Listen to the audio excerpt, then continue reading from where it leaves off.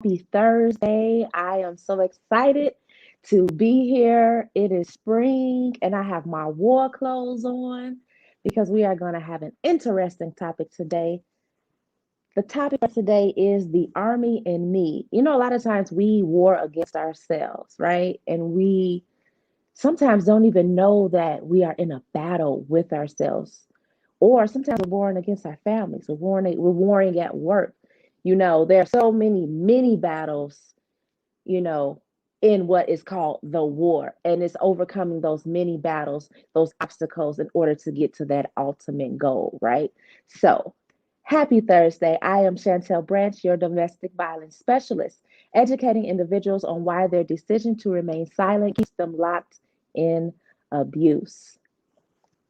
This series that we're hosting this year is the identity of a woman. And we are dealing with the aftermath, the healing process after experiencing trauma, the healing process after experiencing a toxic relationship. How important is that if we are not dealing with ourselves, being in the moment, being present in the moment? And you guys are going to continue to hear me say that we need to be present in the moment when we are experiencing different things, when we even when we before the battle comes, just being present in a moment when we're with our children, when we're with our families. Hey, if you have time to be alone by yourself, be present in that moment. What could you intentionally be doing to better yourself? Whether it's rest, whether it's staying awake, whether it's writing or reading or biking or walking or jogging or enjoying a television show, whatever it is, working on self,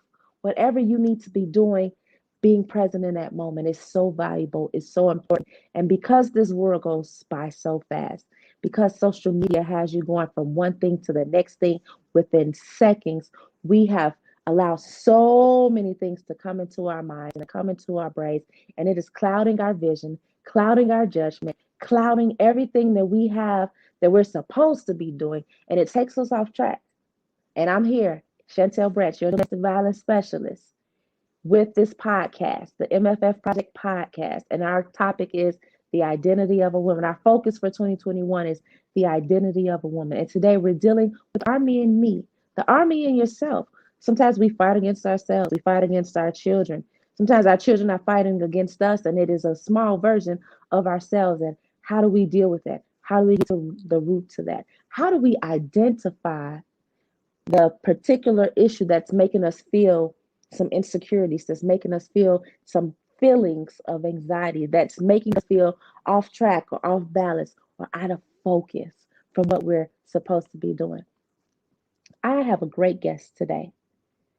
I can't have this conversation by myself. I needed to bring on someone that has lived it, that has walked it, that is now talking it and sharing her message.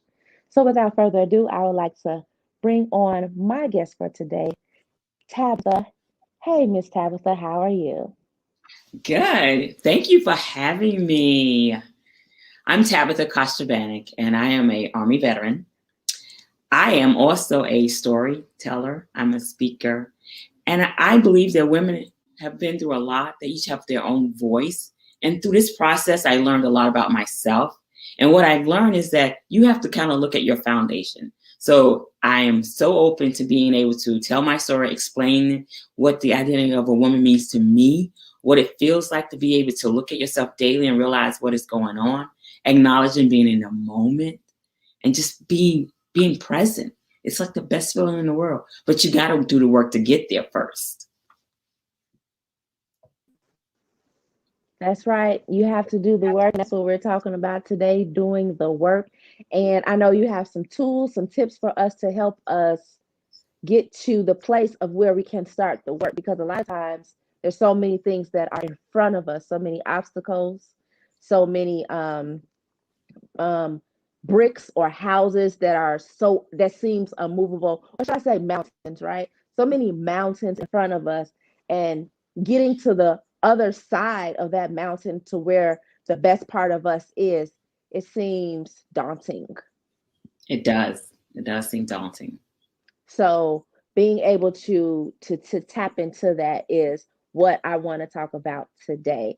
So tell us a little bit more about yourself, about your career, and how you navigated from being an Army veteran to where you are now, being able to um, talk to your audiences about this kind of topic. So to start, I got married young. I got married when I was 23 years old. And I thought I knew everything. I thought love was going to solve my problems. I thought that journey was going to be the best journey possible. What I didn't realize is I didn't have a strong foundation to start with. So I started a relationship on a rocky foundation. I started looking back and wondering, what did I want out of life and what I wanted to do? I realized one thing is that I definitely wanted to be in the Army. So I did end up joining the Army Reserves. I signed a contract when I was married. I didn't tell my family or my husband, ex-husband at the time, that I was joining. I actually waited 11 days before I was due to leave to tell them. And the reason why is I knew this was what I wanted to do in my heart. If I had explained what I wanted to do, I was going to get, don't do it. This is not the time. And I didn't want to hear that. At that point, I was 28 and I didn't want to hear it. I wanted to do it on my own. I wanted to be able to say that I went to basic training. I went through the process. I chose the career I wanted in the military, and I did. I did it because I wanted to, and not what others wanted me to do. Wow. So that was the first start. Wow. So you joined the Army, you didn't tell anybody, and you waited 11 days. That is like, I'm like, wait a minute, hold up. But I also understand, because when we share our visions with other people prematurely, it can literally turn us in another direction or stop us in our tracks. And then we go in a total opposite direction, all the way around something back to that same goal that we were intentionally going to do. And it could take us 5 or 10 years down out the way, Yeah.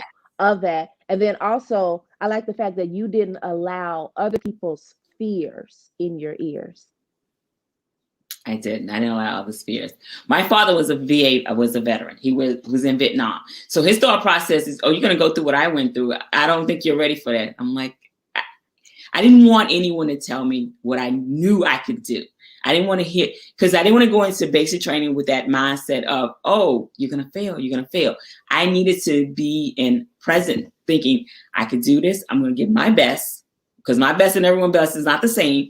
I'm going to give my best in doing this. And when I went, I was the oldest African-American female in the company, which I was fine with. To me, I was 28. That's not old, but at the time it was. Okay. And my thought process was, you got to give it your all. You got to do this. This is what you want to do. If you're going to do it, you have to do it successfully. Absolutely. And I heard you say rocky foundation. Yes. What I did realize was I had a rocky foundation. And so when we build on a rocky foundation, it's like you're building your house on top of sand. Yes, you're correct. You're correct. When I came out from the Army, I realized I got pregnant with my son, but I realized that the relationship I was in with my ex-husband wasn't the greatest. It was a turmoil. I mean, he literally would go from hot and cold over every little thing. And then it became abusive. And I'm like, I can't do it. So then when I got ready to leave him, I had to think about, well, how did I get myself into this situation in the beginning with? Where did it start? So I started looking back on the journey that I got to where I was at. And one of the things that I learned is that I watched my mother live with an abusive boyfriend. She'd get rid of him, bring him back, get rid of him, bring him back. And the time she actually walked away was because he got a woman pregnant with twins. I did the same thing. I didn't walk away with my ex-husband until he had a 19-year-old pregnant. I was like, I don't want to deal with it. So I had to stop then. I was like, I have to change the course of my life. In order to change the course of my life, I have to stop and rebuild my foundation, which means I need to understand everything I've been through and what did I want out of life? What did I want? Not what did everyone else expect from me? What is it what I wanted? So I started writing my goals on what I wanted and where I wanted to get there and how would I do that? And I started holding myself accountable every day.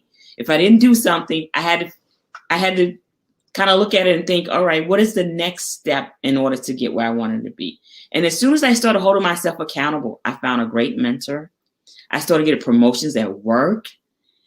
My community kind of opened up to me, and they wanted me to be a part of things that I never thought I could be a part of. I was an African-American woman sitting in a community that was mostly non-minorities, and they asked me to come and be a part of a non-for-profit. And they were open to my ideas, and I was like, wow, this is different. This is different. I'm being embraced. And not only did they were open to my ideas, they was like, okay, you can take this aspect of it and show us your vision and run with it. Wow. And the confidence it gave me, the validation it gave me, I started to see who I was and what I was capable of doing. I allowed people around me to I wouldn't say not support me, but sometimes be ready to be like, oh, you shouldn't do that. Oh, no, you can't do that. So I stopped saying I can and said, okay, let me figure out how can I? Okay. So I want to go back to before when you said that you watched what your mom did and yes. Then you did the same thing. And so it goes back to, and I want to say training up a child in the way they should go, but also, and that was a part of your training, whether yes. As parents, we realize that or not, even when we are living our life displayed on a forefront in front of our children, whether you think you're hiding it or not, kids know they're very, very smart, and they see and they pick up on it, and they're either going to be like you or they're going to be, totally opposite of you, or they're going to pick up some things and pick and choose, okay, and they're picking it up. And even if it's not displayed in your household while they're adolescents, it's going to come out one day when they become adults. And so that cycle, it continues from your mom through you, and then you went to the Army. And do you believe that the Army had some type of, I want to say, formation on you, or some type of way of helping you come to the place where you held yourself accountable? Yes. And you knew how to be accountable. So can you kind of walk us through that? How do we, if we don't have that military background and it teaches you just to be this kind of being that we necessarily don't have, how do we get to that place where we hold ourselves accountable for the things that we have been allowing in our lives? Okay, so when I went into the military, realizes they treated everyone like family. So I walked into learning who they were and their expectations. So I started to build a little village. I started to build a community. What I did is I took that into my personal life, and I had to start looking at everyone around me. When I say everyone, I had to look at my friends and family. And what I realized is I had to, what I call joy stealers.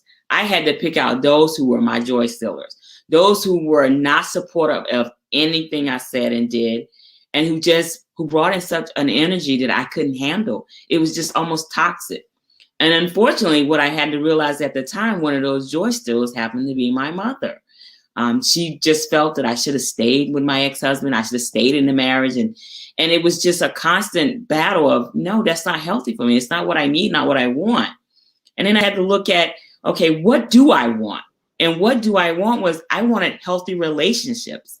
And that was part of that foundation. A house starts with a foundation, right? So what do you want? I want healthy relationships. So how do I get that? I got to start looking at everything that I'm doing and who am I coming in contact with. So that's my doors and my windows. I got to look at, okay, what do I see in front of me?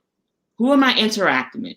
Is it a great feeling? Or do they leave me feeling like, oh man, I feel like crap after I've had a conversation? Are they draining you?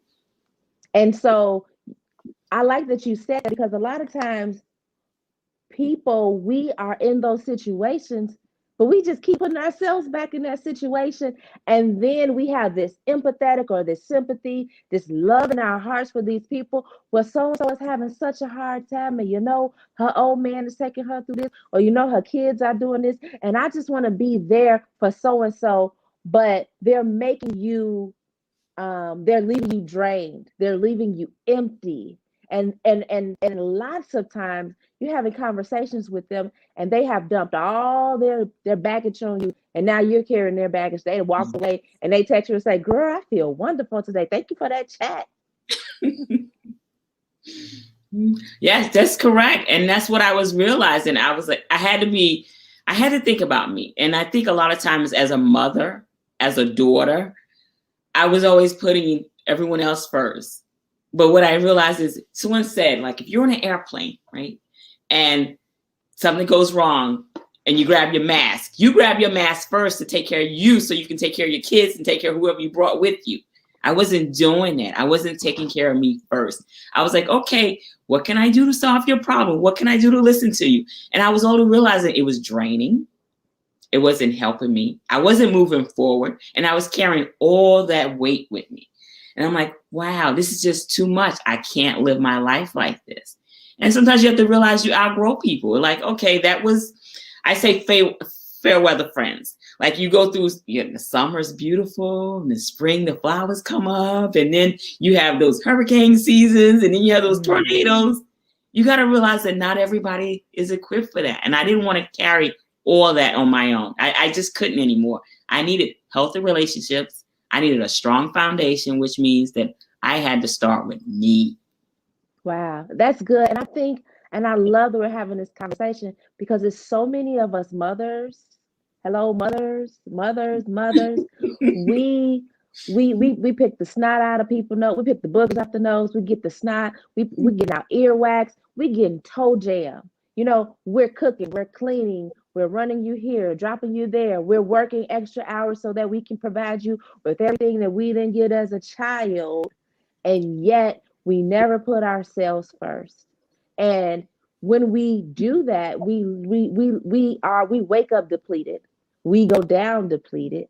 We're constantly burning a candle at both ends, and we're never on the up and up. We're never and just think you've done all of that, and you haven't made it a quarter of the mountain. That's as far as you went, just a quarter of the mountain, and you still have all of these thousands and thousands of feet over that mountain that you need to get to, because the other side and the best part of yourself is on the other side of that mountain. But because you have allowed everyone else to go first, and I don't know if it's because of society or because of what your parents say, but when you do that, you continually put yourself last, and I like the fact that you said you realized that it was your mother who was stealing your joy, and you finally had to say, okay, I heard you say that you set some boundaries for her. You didn't use that word, but you set boundaries because you felt a kind of way. Can you kind of go into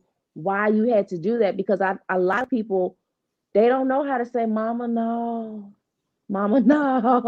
and you run into the grocery store every Saturday knowing that you're supposed to be working on your business, or knowing that you have to do this, and mama, can we do it on another day? Or being able to have that tough conversation with your mom. Can you kind of go into that? Yes. So, and you're right, I didn't use the word boundaries, but I had to set boundaries. And what I realized is that what my ex-husband would call me and he would rant and rave about whatever was wrong, or I didn't call him back fast enough so he can talk to his son, whatever it was. And 5 minutes after he called, she would call. Oh, well, why did you do that? It was always why. Every conversation started with why. So my first thing was, you can't start the conversation with why with me. You have to ask me, how are you? Or what are you doing? If you ask why, I'm going to have to hang up and we have to try this again later. So it started with, okay, this is what and I get you want to, and I get she felt like she was in between it. But I'm like, we're not going to talk about him. If you want to call me about him, then I'm going to have to hang up. You have to call me about something else. So I started saying, we can talk about these things. We can never talk about these things. Because we were never gonna find a common ground when it came to my ex-husband. We would never be on the same page.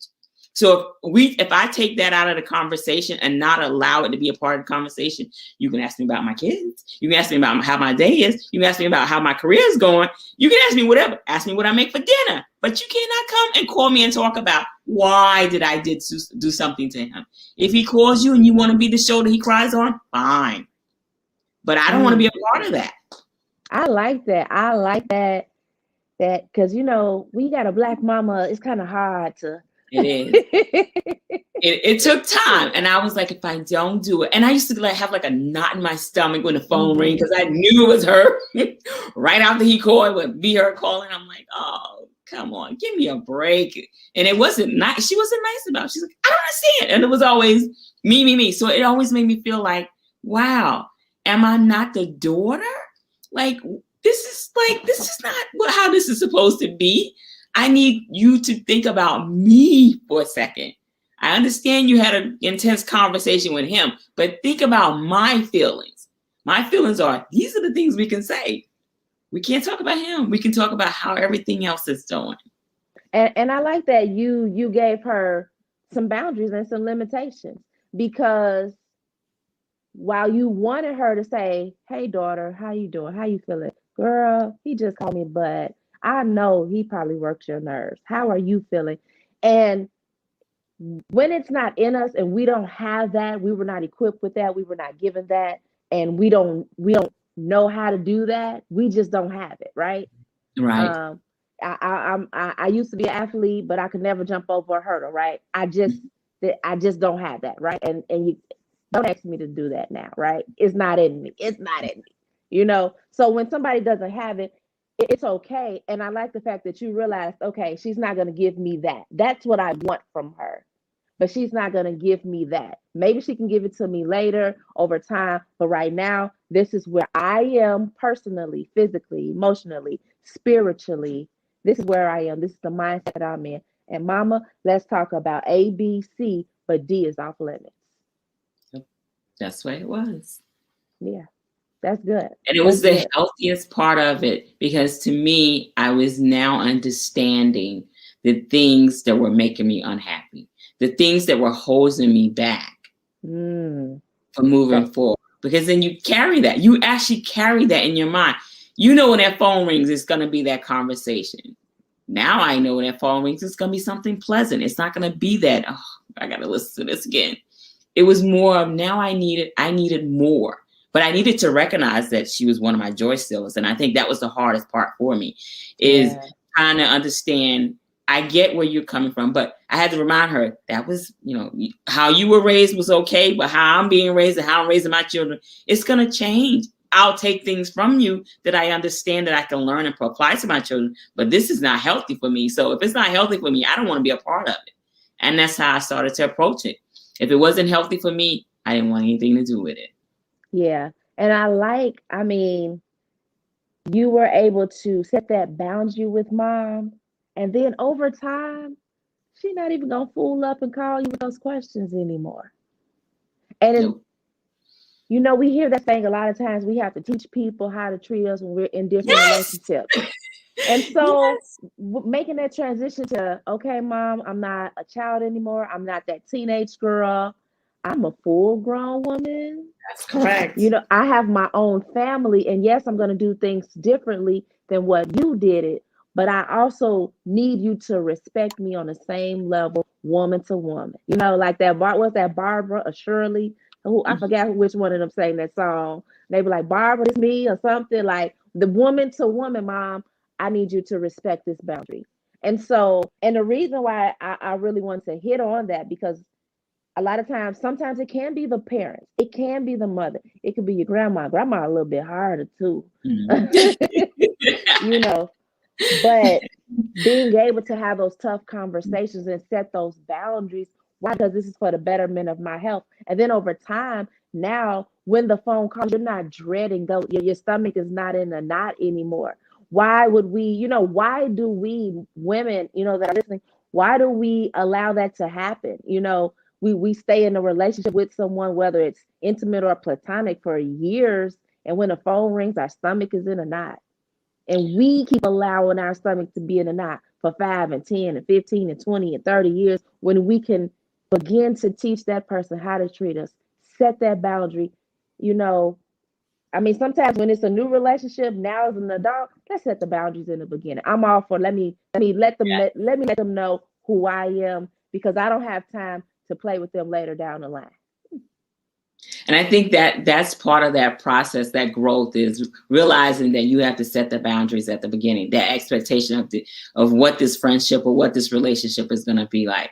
And I think even with family, sometimes you have to do that. I realize that there are certain family members who think they're entitled to be a part of everything, and you have to be like, okay, you're draining me. So, and they can't. You just can't. They're not going to always be as supportive as you would like them to be. But when you set boundaries, it's the best feeling. It's the best feeling, because you're like, okay, I'm not gonna ask her this, or I'm not gonna cross this line because it's not gonna be good. So I think that's like the best part about it, is when you set boundaries, people understand who you are and what you want out of life. Even in your career, you have to set boundaries. These are things that you want, you expect in return. Right, definitely. So what does it mean to you when the phrase staying at the root of a particular problem and doing the work until you've done enough work in order to move forward, you know, as it So relates to your journey? through my journey, what I look at is staying at the root of the problem, is acknowledging that there's a problem. That's the first part. You got to acknowledge it. You can't hide from it. You can't dismiss it. You have to acknowledge that it's there. What's causing it? Look at what caused it. How did you get there? Because we all got here for a reason. And then when you're thinking about how you got there, where is it that you want to be? And just start looking at it from that perspective. Okay, this is the beginning, but what do I want in the end of this? What is the ultimate goal of this relationship? You want something healthy. You want something that you can be comfortable with, proud of, that gives you joy. If it doesn't give you joy and it feels draining, and it feels like it takes away your identity or who you are, then it's not for you. So I always look at things that when I approach it, I was like, is this going to be healthy for me? How is it going to make me feel at the end? And if it starts doing that process and I don't start feeling great, I'm like, okay, I have to stop. I have to evaluate what's going wrong. What is it?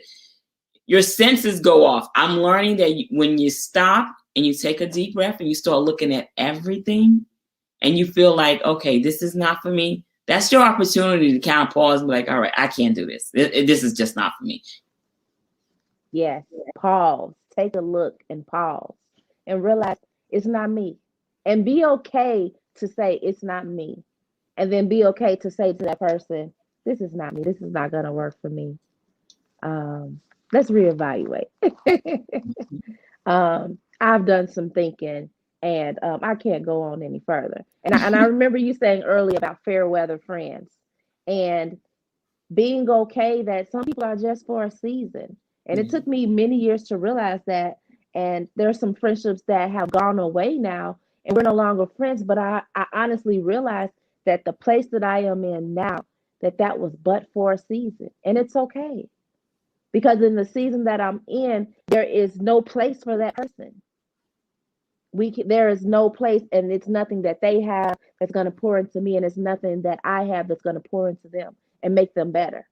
So it's okay that we're not friends. It's okay that season has passed, and now I'm moving forward to different things.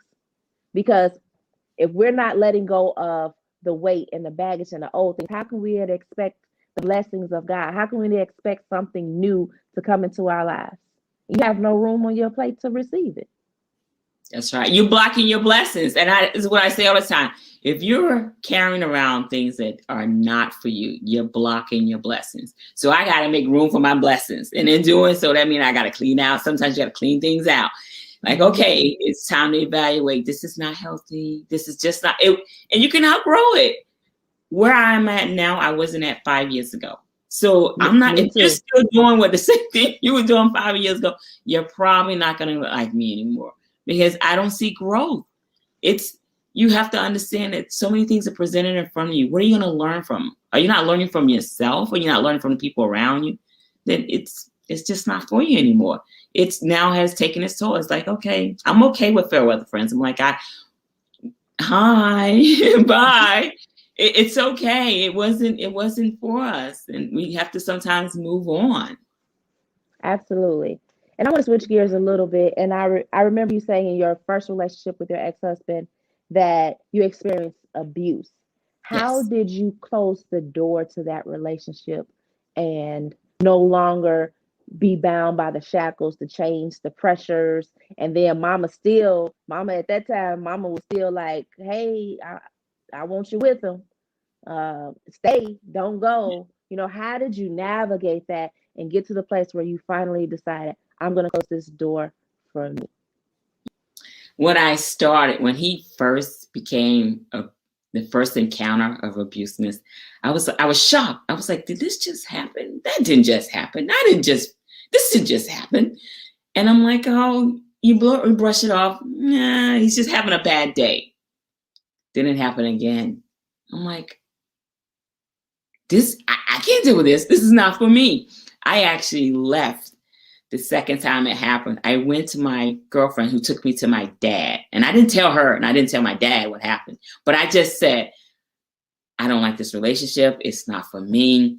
I don't think we communicate very well. So my father sat us down at the kitchen table and had us talk for like 6 hours about communication styles, what we wanted out of life, and what to expect. And I remember the conversation because I said, what I want out of life is I want to be a wife. I want to pick a fence. I want kids. I want to live in a neighborhood where the kids can play.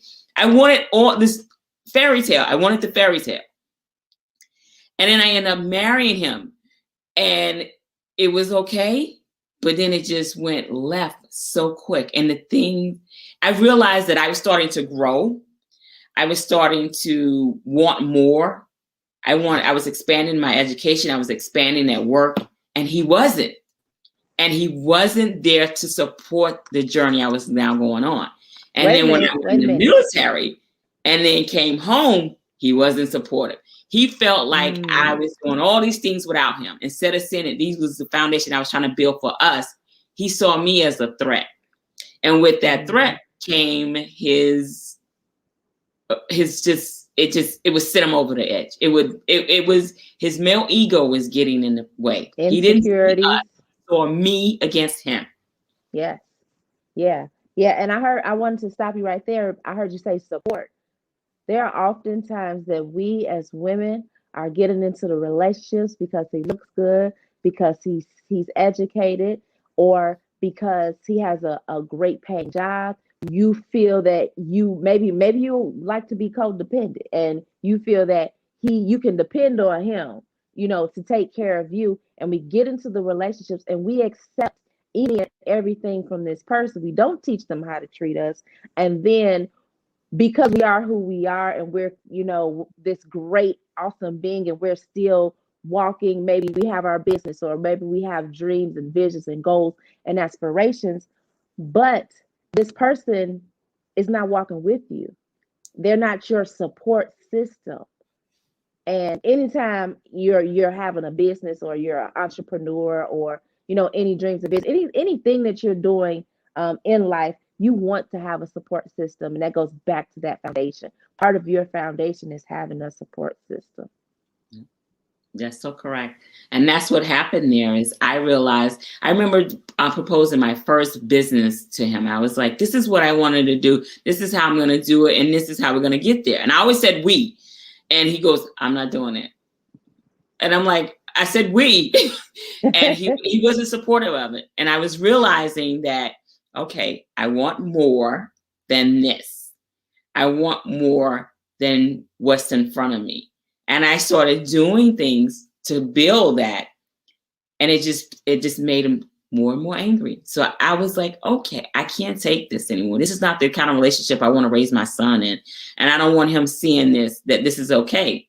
So I had to choose. I had to walk away. And when I say I walked away, This is a house I found and bought and everything. I walked away with a van full. The only thing was in the van was my clothing and my belongings, my son's crib, and a kitchen. It wasn't a kitchen table, it was a dinette set. And I said, I have to start over, and I don't care. I'm going to start over with the minimum because I need to learn from this lesson. So I left a nice neighborhood, house, everything still in my name, and went to a small apartment so I could learn how to rebuild. And when I say rebuild, because what I realized is during this point when I was trying to make us, he cleaned out my bank account. He maxed out my credit cards. And I had stuff in my name that I didn't know was, but I owned it. I owned it because I allowed him to have access to my money. I allowed him to have access to the credit cards. So I wasn't going to run for that. I had to stop and own everything that I did, which means I had to be responsible. I had to be an adult and be responsible and figure out a plan how to pay it off, get through life, and just start building small pieces at a time. That's good. That's good. That is so good. That's one of the things that when I'm speaking and I'm speaking to women and relationships, it is, and especially in domestic violence relationships, I think a lot of times when you are a victim, you always want to blame the abuser, and it's 100% that other person's fault. But what I want individuals that are free and survived domestic violence relationships is that when we go back and do the work, because part of the healing work is going back. You have to go back, you got to dig up, you got to get to the root of that thing of being in that relationship and, navigating the years that you were in that relationship, but owning your part in that relationship. Were you in it just because, again, you were a codependent? Were you in it because this person treated you right Monday through Sunday, but gave you hell on Saturdays?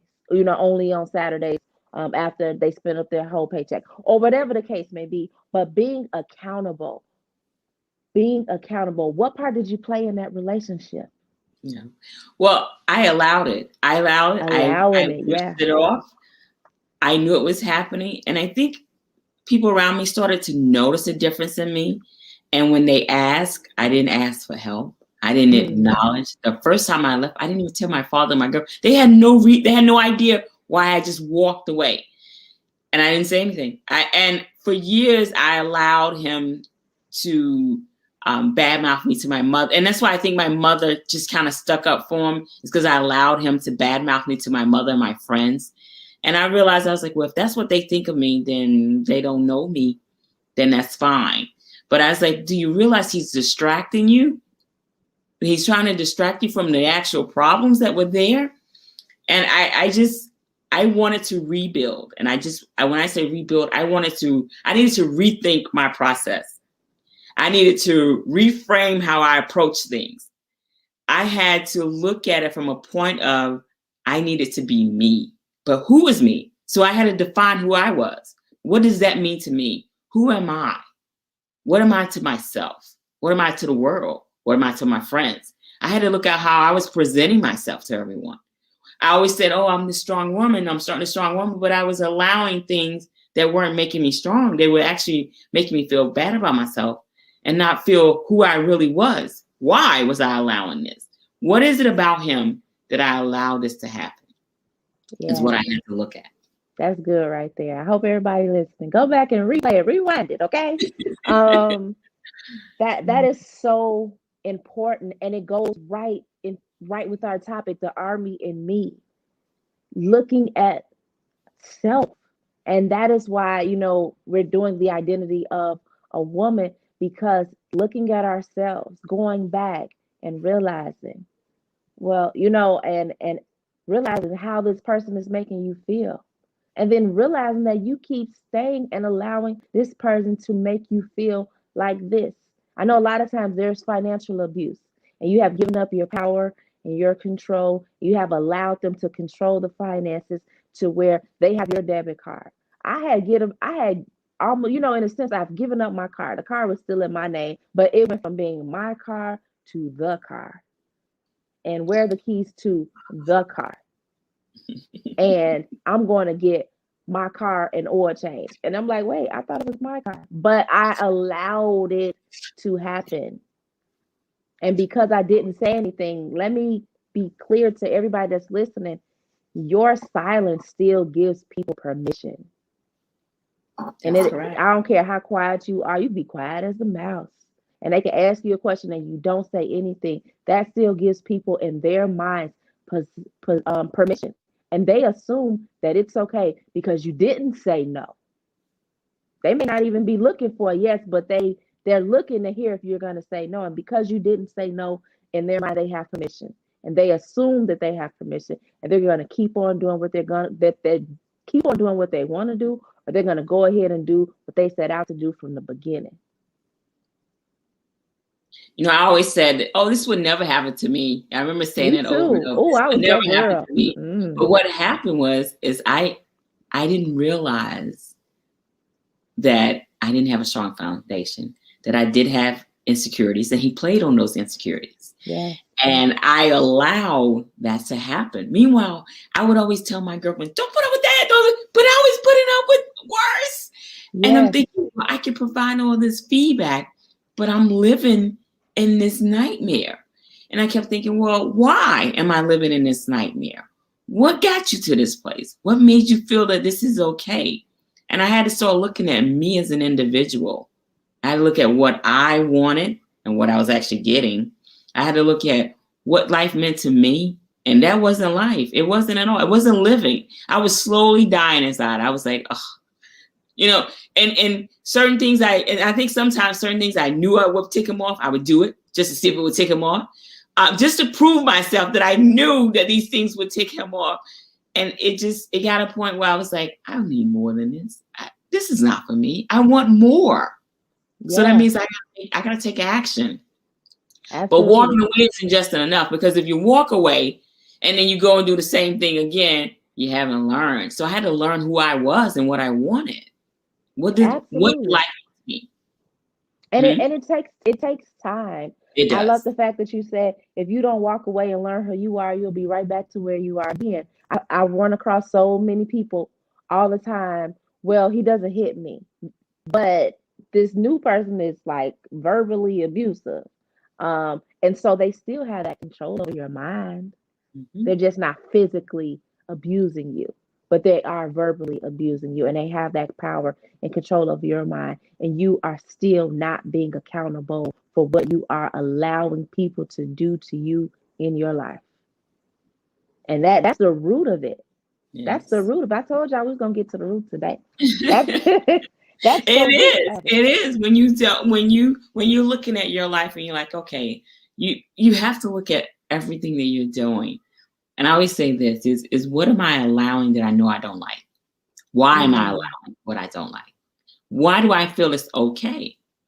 That means that there's a part of me that thinks, oh, you're not good enough. Oh, yes, I am. So you have to start thinking, okay, one, that you're good enough. So never allow anyone that type of power to make you feel like you're less than. And that's why I made that mistake is I was like, oh, I could do all these things. But that one area that wasn't my strength was played on. And he always knew I wanted to be loved, right? You want that loving feeling. You want that person that's going to just think you're the world. And in doing so, you're allowing someone to treat you less than what you should be treated. So I had to look at what I wanted. And when I started to look at what I want, I was like, this is not what I want. This is not even in my plan. So, Yeah. And I think that is a part of rediscovery. And that's in the healing journey. That I focus on when I'm working with survivors of domestic violence, when I work with individuals, it's rediscovering who you were. What did you want to become before you got in that relationship? Where were you on your way to, right? You were in school, but you got in that relationship and you dropped out. Let's redefine and let's figure out the goals. That's the big goal. Let's figure out the mini goals to get you back on track so that you can complete what you set out to do before you ran into that joker, right? Rediscovering, like I always say, one of the things that you said was you felt like you were dying inside every day. Like I always felt like that. I say that all the time. And so rediscovering, like I like chocolate ice cream, but maybe for, through that relationship, I didn't eat chocolate ice cream because that person only likes strawberry. So here I am just not eating ice cream because I don't want no strawberry ice cream. Or it's true. Yeah. And if you get in the next relationship and do that, that means, okay, that's the first time I still haven't figured out who I am and what I want because I'm doing the same thing. Yeah. And so that's why I think it's so important that when you are out of relationship, whether it's toxic or however the relationship ended, do the work for yourself, rediscovering who you are. So when you go into that next relationship, You're not only healed, but you're whole. You know what you want, you know where you're going. And that person is supposed to come alongside you and walk with you. Yep. You're supposed to turn the page in a marriage and a relationship together. One should not be ahead of the other in a sense that, yeah, maybe they may be great with finances. Let them do the finances. If you can't count, listen, don't be trying to take over finances, but be but in a relationship, coming together, being able to turn that page together, that person is walking with you. They know, okay, my baby can't count, but I love my baby to death. So listen, and they're still walking with you. They're not demeaning you or putting you down or making you feel insecure because you're not, the greatest at the finances or, more in the line, whatever the case may be. But rediscovering yourself, and that all affects and plays into your identity. Because when you really, really know who you are, you're not going to let anybody influence or change that goodness and that greatness about yourself. That's so correct. I remember earlier you said you became accountable, and then you got into a community with people and maybe those people you changed the community that you were in. You got into another community with new people who saw something inside of you, and it was able to do what? Build your confidence. It gave you validation, and you were able to form healthy relationships, and I love that. That's what happened. I did. I realized it. And sometimes it happens. You look at it like, well, this is not for me. And you outgrow it. I started to be who I wanted to be. And it drew in the right people. They sort of like, oh, Tabitha, you want to be a part of this? Sure. Oh, Tabitha, we need someone for this. It's not my expertise, but I can try it. And then it grew into so many different things. I was like, wow, I can do these things. Why did I not know I could do these things before? Absolutely. So I want to switch gears a little bit and go into one of my little favorite segments of the show. It's called Spill Your Guts. And I'm asking all of our guests, what was your favorite thing to do during the 2020 pandemic? Or what is something new that you learned to do during the 2020 pandemic? Can you hear me? Yes. Okay, you think? Oh, I'm sorry. So with me, what I started doing is I would say April. We came home from work in February. In April, I was never a great runner, and I was always intimidated by long distance running. So what I did was I joined committed to running. I think it was 680 miles, and you had 4 months to do it. So what I started doing is I started running long distance, and I'm like, oh my God, I could actually do this. So the first day I went out, first couple of weeks I went out, I was like, oh boy, 2 miles is a long space. And then I'm like, all right, I'm going to add a little bit more. So then I started, posting it and getting encouragement from strangers. So that, let me say, sometimes it's a little ego, but you need that encouragement. And it was like, oh, let me know when you run and we can run together. So we started running, at the same time. And they started asking, oh, you want to do another half a mile? I'm like, sure, I can do that. And I ended up finding out, oh my God, it was like the most refreshing thing. And I have to tell you, on my last half mile every day, as I would come around the last half a mile, my headphone would tell me, oh, you're now hit 3.5 miles. I literally would cry and say to God, I didn't think I could do this, but I can. And I did it. And I did it by myself initially because it was just something I set out to do. And I'm thinking, wow, this moment I get to spend with you and I get to tell you how far you brought me, because I didn't see this coming at all. I didn't see me running 4 miles a day, 5-6 times a week. I didn't see me coming out in the rain because I'm like, oh, don't want to mess up the weave, And I remember thinking it felt so empowering because I did it. And when I started to struggle, strangers were like, cheer me on. And I'm thinking, wow, this is the best feeling in the world.